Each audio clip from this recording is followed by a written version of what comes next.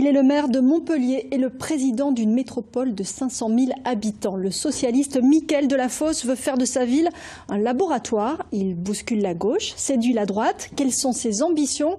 Il est l'invité de Dimanche en politique pour un entretien grand format. Bienvenue à tous et bonjour à vous, Mickaël Delafosse. Bonjour. Vous êtes dans l'actualité avec ce livre de deux journalistes du Figaro, l'atypique maire socialiste de Montpellier qui dit non à Mélenchon, non à Macron et invente la gauche de demain. C'est le bandeau. Waouh, vous êtes sur un petit nuage ou ça vous met un peu la pression ?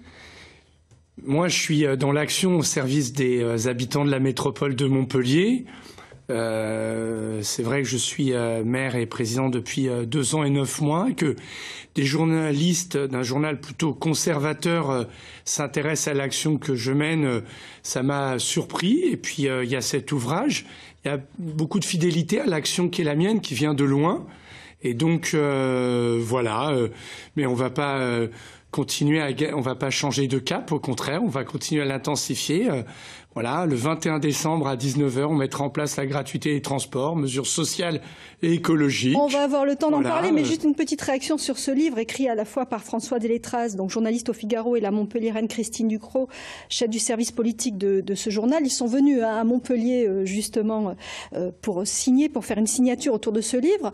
Est-ce que ça a un petit côté un peu étonnant comme ça de se retrouver avec un livre à 45 ans qui parle de soi, un livre plutôt flatteur, écrit, je vous le disiez, par des journalistes d'un journal classé à droite. Oui, je le dis, je vous le dis, c'est flatteur, c'est même peut-être un peu intimidant, parce que moi je suis quelqu'un de pudique, très engagé, mais qui livre pas facilement part de moi-même et par leur travail de journaliste, on apprend un certain nombre d'anecdotes qui ont pu ponctuer mon parcours et peut-être qui permettent de mieux comprendre l'action que je m'efforce de conduire avec l'équipe municipale au service des habitants de la métropole. Vous vous êtes demandé si vous étiez encore à gauche, le fait que ce soit des journalistes du Figaro qui s'intéressent à vous ? Mais moi, rien ne me fera changer.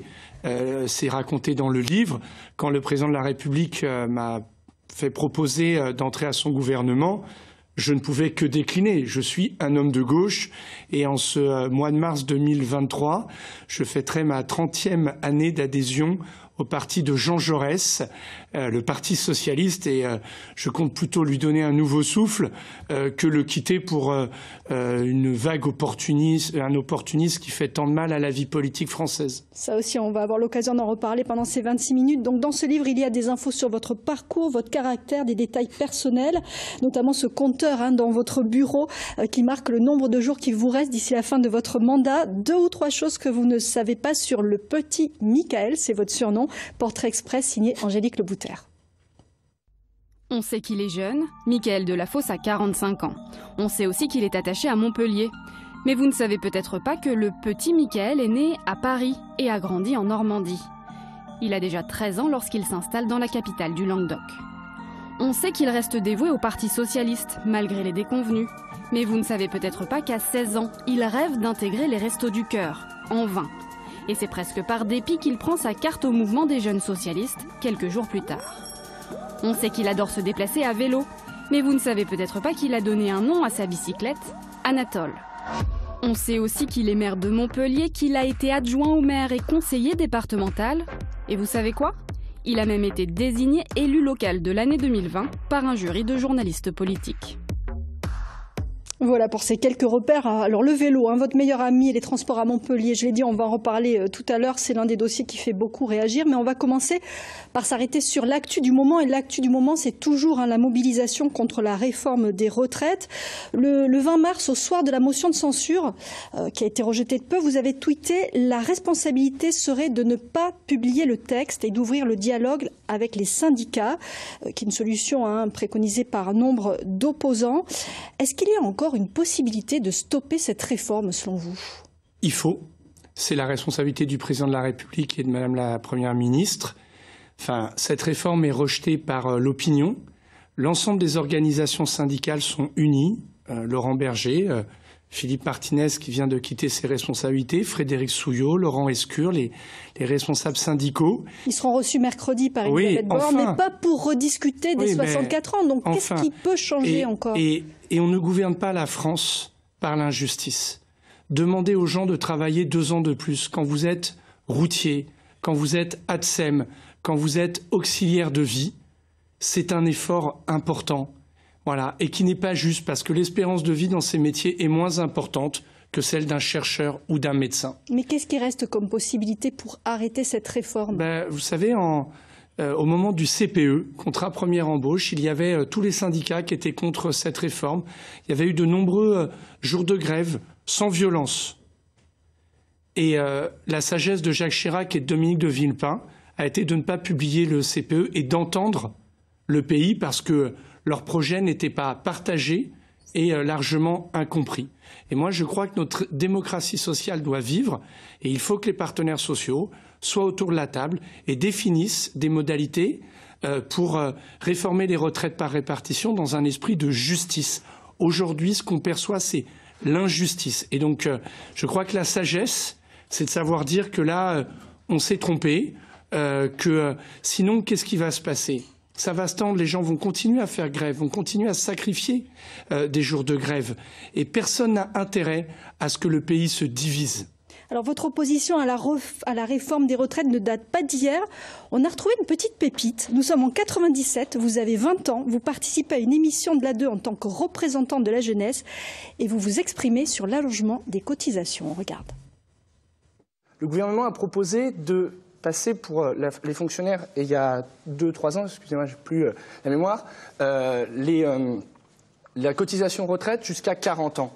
Ça, c'est une mesure qui me semble dangereuse, parce que si les gens doivent cotiser 40 ans, ça veut dire que les jeunes, ils attendent 2 ans et demi de plus avant d'entrer sur le marché du travail. Et si on les fait attendre 2 ans et demi dans une banlieue où le seul repère de socialisation, c'est des tours de béton et de la drogue, on en fera automatiquement les frais tôt ou tard. Allez, petite réaction, vous avez dit ah ça c'est pas sympa la petite image, mais comment vous le trouvez ce jeune syndicaliste? Plutôt convaincant? Vous êtes terrible sur les archives à France 3. Mais à l'époque, moi je défendais cela parce que 25% des jeunes étaient au chômage. Et si on diffère l'âge de départ en retraite, c'est plus difficile pour les jeunes d'entrer sur le marché du travail. C'était cette conjoncture de l'époque. Grâce à vos archives, vous pourrez constater une certaine constance dans mes convictions et mes valeurs. Et ce sont des idées de gauche. Oui, et vous dites, on en fera automatiquement les frais tôt ou tard. Qu'est-ce qu'on va payer là maintenant de cette France qui est à vif? De la tension dans le pays. On ne rassemble pas le pays, on ne mobilise pas ce grand pays qu'est la France par la discorde et par l'injustice. Enfin, je le dis, les gens qui ont une vie de labeur, une vie de travail, le camionneur, le ripper, tous ces métiers que nous avons applaudis pendant le confinement, on leur demande un effort de 2 ans de plus. C'est dur. Voilà, moi je suis très clair. Quand l'espérance de vie est importante, on doit cotiser plus longtemps. L'effort doit peut-être aussi, de financement doit être porté par les cotisations sociales, par peut-être un petit peu de CSG. Mais là, c'est extrêmement dur pour la France du travail. Celle qui passe sa vie au travail et qui à un moment a droit au repos. Et puis surtout, je vais vous le dire, a du temps libre pour s'occuper des petits-enfants, pour être bénévole dans les associations. Ça, comme maire, moi, je le mesure tous les instants. Merci aux milliers de retraités qui font la vie sociale, qui font solidarité, qui sont présents. Non, moi, je le dis très clairement, le chef de l'État doit entendre son pays. Il doit entendre son pays. Et cette réforme, elle n'a pas été soumise à un vote. Voilà, et des fois, il faut savoir reconnaître. Pendant cette séquence, Mickaël Delafosse, on a beaucoup entendu la gauche à travers la NUP, mais ce n'est pas votre gauche. On sait que vous êtes contre cet accord conclu avec LFI et les Verts et en rupture totale avec Olivier Faure, le premier secrétaire du PS. Lui défend la nécessité d'être efficace vu le contexte social et il l'a expliqué cette semaine sur France Info. Quand vous n'avez pas le rassemblement, vous avez la défaite au bout. Et moi, je ne veux plus la défaite. Je ne veux pas laisser le pouvoir à Marine Le Pen dans 4 ans. Je ne veux pas que ce soit elle l'alternative. Et donc, je me bats chaque jour pour pouvoir incarner avec d'autres l'alternative, faire en sorte que la gauche soit au rendez-vous de 2027, qu'elle soit en capacité de proposer, d'être celle qui permet d'avoir un avenir qui soit plus social, plus écologique, plus démocratique. Et ceux qui nous ont fait confiance nous demandent une seule chose, non pas de chercher des querelles entre socialistes pour savoir qui est quoi, etc. Ils veulent l'union parce qu'ils savent que seule l'union permet la victoire. ensemble le seul moyen de peser aujourd'hui. Est-ce qu'il a fondamentalement tort, Olivier Faure? Est-il crédible quand il parle? Non. Moi, je crois à l'union de la gauche et au rassemblement de la gauche, mais dans la clarté. À Montpellier, c'est une majorité de socialistes, de radicaux, d'écologistes, de communistes qui est au travail. Le rassemblement que défend M. Faure consiste à soutenir une candidate qui s'est opposée à la vaccination, qui ne soutient pas le peuple ukrainien, mais qui est pour Vladimir Poutine en Ariège. Alors là, vous nous parlez de l'Ariège, de ce qui se passe ce dimanche avec cette législative partielle. Qu'une partie des dirigeants de la France insoumise considère que la valeur de la laïcité, qui est garante de la concorde dans la République, est un problème et est une forme de racisme. Moi, je ne suis pas pour l'union à n'importe quel prix. Quand il y a des leaders qui disent que la police tue, alors que la police nous protège et que nous en avons besoin pour garantir la sécurité. Le week-end dernier, ça a été compliqué à Sainte-Soline, Mickaël Delafosse. D'accord, mais vous savez qu'un policier à Avignon, dans le Vaucluse, parce qu'il portait un uniforme, s'est fait tirer dessus juste parce qu'il portait un uniforme. Et donc, quand on s'exprime à gauche, on le fait avec nuance. Évidemment que tout fonctionnaire, et a fortiori quand on porte l'uniforme de la République, on doit être exemplaire. Évidemment, mais ce n'est pas à coup d'anathème. Quand on dit la police tue, nous devons répondre que la police protège et comme tout fonctionnaire, nous en attendons l'exemplarité. Et donc, si M. Faure veut courir après des positions issues du populisme de gauche, il peut le faire. Mais dans ce cas-là, la gauche ne gagnera jamais les élections. La gauche, elle doit être claire sur la laïcité, sur sa crédibilité, à porter un programme de justice sociale, à aborder les questions qui préoccupent les hommes et femmes qui vivent dans ce pays, comme celle de sécurité, des services publics. Et donc, il défend une alliance avec M. Mélenchon, c'est son droit, mais le mien, c'est de continuer à penser que la gauche doit être républicaine, laïque, sociale, écologique. Vous avez dit la gauche ne gagnera jamais, mais aux dernières présidentielles, vous vous souvenez du score d'Anne Hidalgo, 1,75%. Comment on reconstruit une gauche et avec qui? Mais précisément, vous voyez, M. Faure, qu'a-t-il reconstruit? Voilà son résultat. Écoutez, c'est en travaillant. À Montpellier, quand nous la mettons présidentielle, c'était avant la NUP. Quand nous mettons, il était premier secrétaire du PS. Quand nous mettons en œuvre la gratuité des transports, eh bien, c'est une mesure sociale qui permet d'aider les retraités avec petite pension et une mesure écologique qui répond aux attentes de la jeunesse. Oui, mais Mickaël Delafosse, comment on la reconstruit cette gauche et avec qui? Eh bien justement, on va commencer à travailler sur les idées et en étant sur la clarté. Si la gauche avec se montre... qui?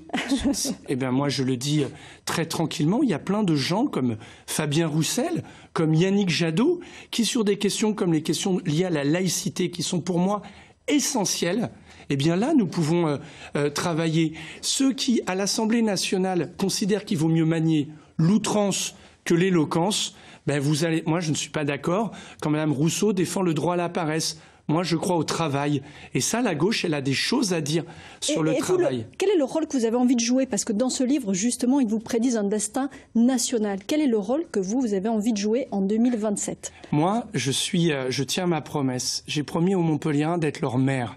Et c'est un mandat passionnant. Et vous serez libre en 2027, Mickaël Delafosse, sauf si vous vous représentez à Montpellier. Non, mais moi, mon engagement, il est à Montpellier.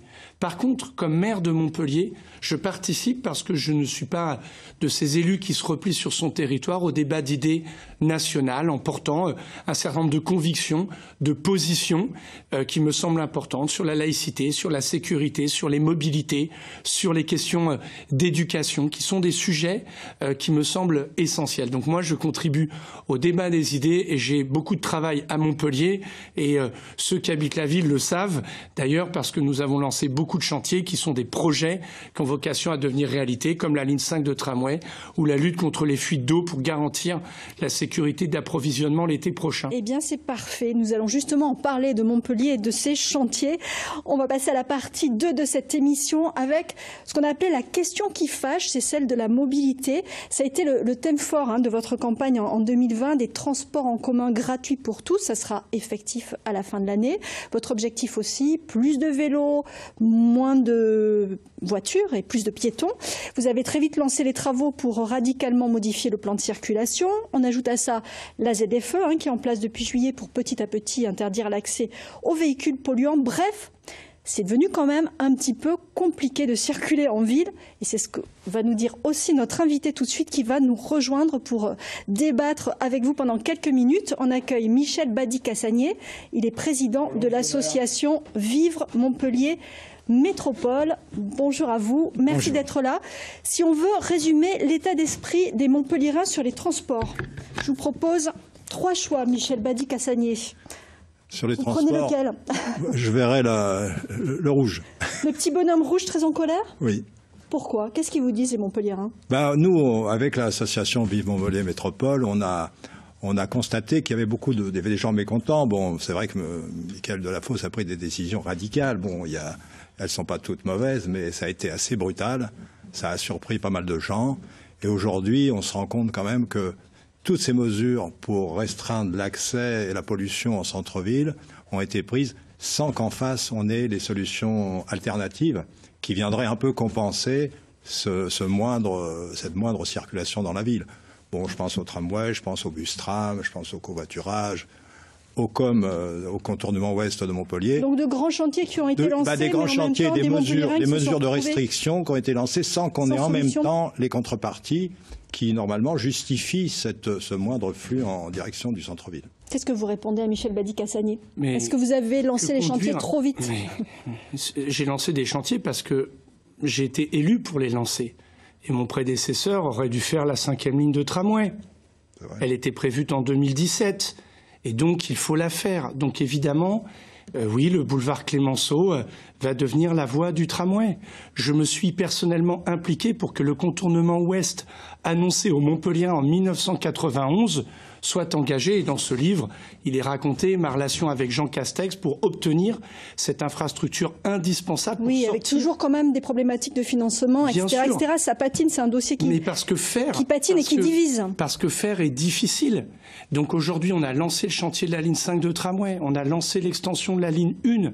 Nous avons mis en place, il y a une mobilité qui était inexistante dans la ville, qui était la mobilité cyclable.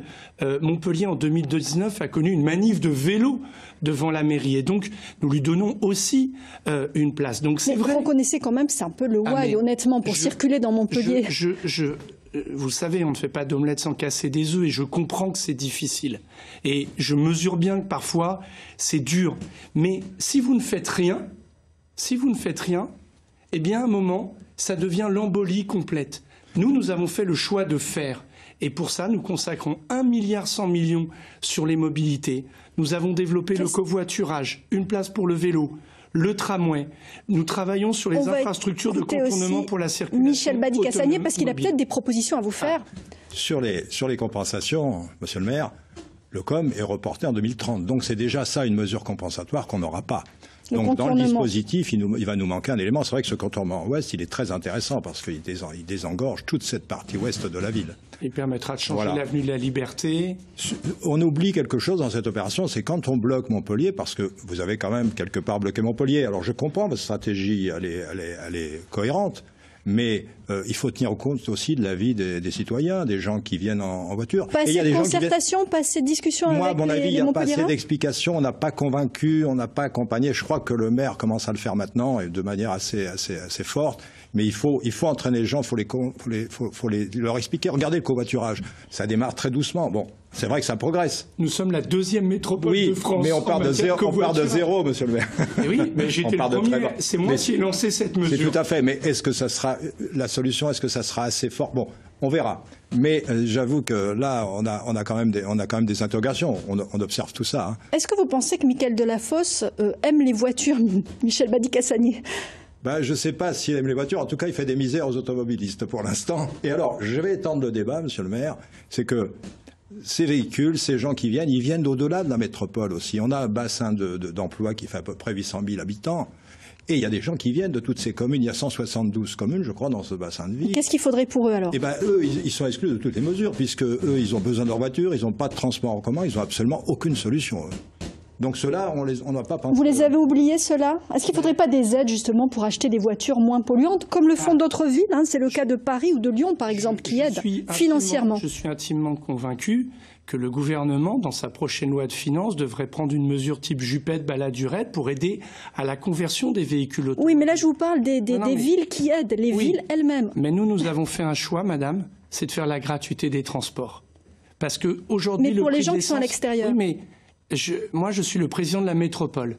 Et donc, c'est dans le cadre de la métropole. Et dans la métropole, nous menons un volontarisme inédit pour permettre aux gens d'avoir une alternative au déplacement automobile et pour que ceux qui ont besoin de leur voiture puissent l'utiliser. Aujourd'hui, c'est difficile avec les chantiers, notamment celui de la ligne 5 qui est extrêmement important, mais nous avons quand même le souvenir d'un maire qui s'appelait Georges Frêche, qui lui-même a conduit un certain nombre de chantiers de ce type.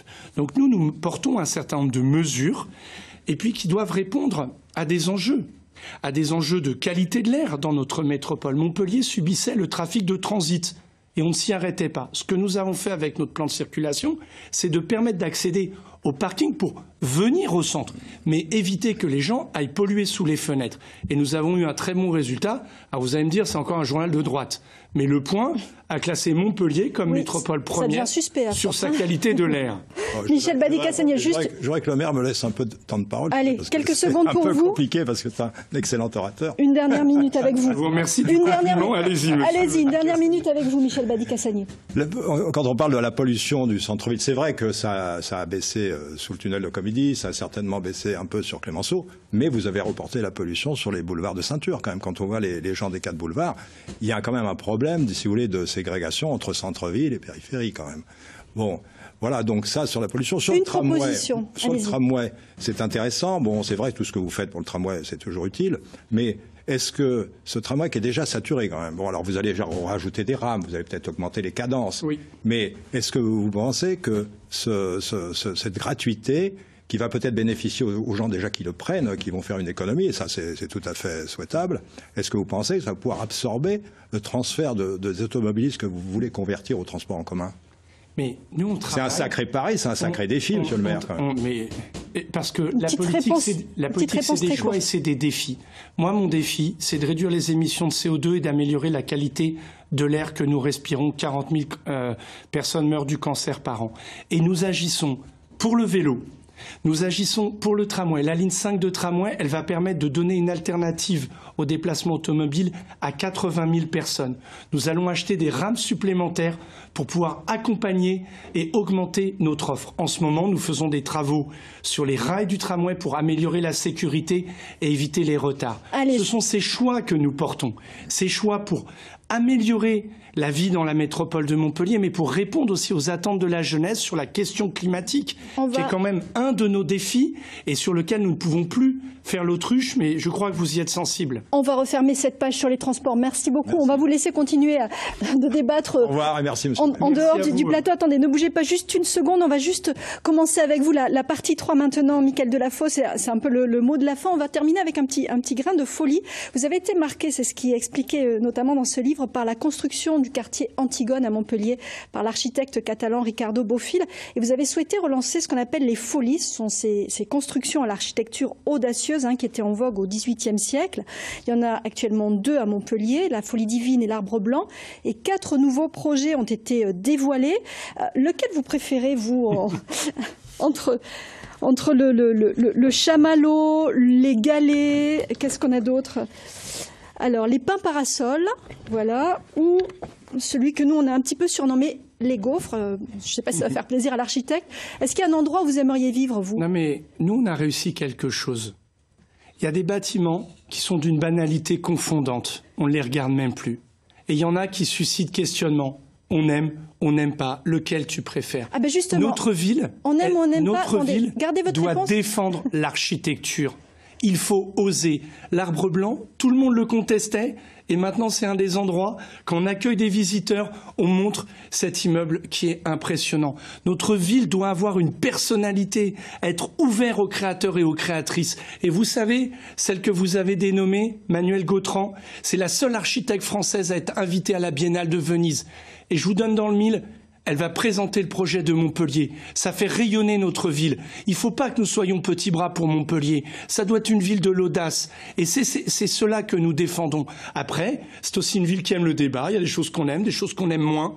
Mais il faut oser. Alors on est un peu juste, on va peut-être pas avoir le temps d'écouter ce qu'en pensent les Montpelliérains. C'est assez partagé au niveau des avis. Mais Montpellier, capitale européenne de la culture aussi en 2028, c'est un dossier que vous défendez. À ce qui paraît que Clermont-Ferrand tient la corde. Il y a 4 villes qui restent en lice. Est-ce que Montpellier a encore une petite chance de se qualifier en décembre prochain? Mais il y a 10 mois, personne ne nous voyait en finale. Et nous y sommes. Et c'est formidable parce que nous avons réussi à ce que cette candidature Montpellier 2028 fédère les amis de Sète, de Lunel, de Gignac, d'Agde. Nous sommes unis autour de l'idée de la culture, que les artistes doivent trouver leur place dans nos villes pour nous émerveiller, pour que nous soyons ensemble. La renommée de Montpellier s'est faite par la culture. Ce fut un des choix pionniers de Georges Frêche en 1982 avec Montpellier Danse. En 2028... Mais on a quel pourcentage de chances d'être choisi? Mais parce qu'il faut qu'on travaille. Et je vais même vous dire une chose. Bravo à tous les maires qui veulent être capitale européenne de la culture. Ça veut donc dire que eux, ils font le choix de la culture.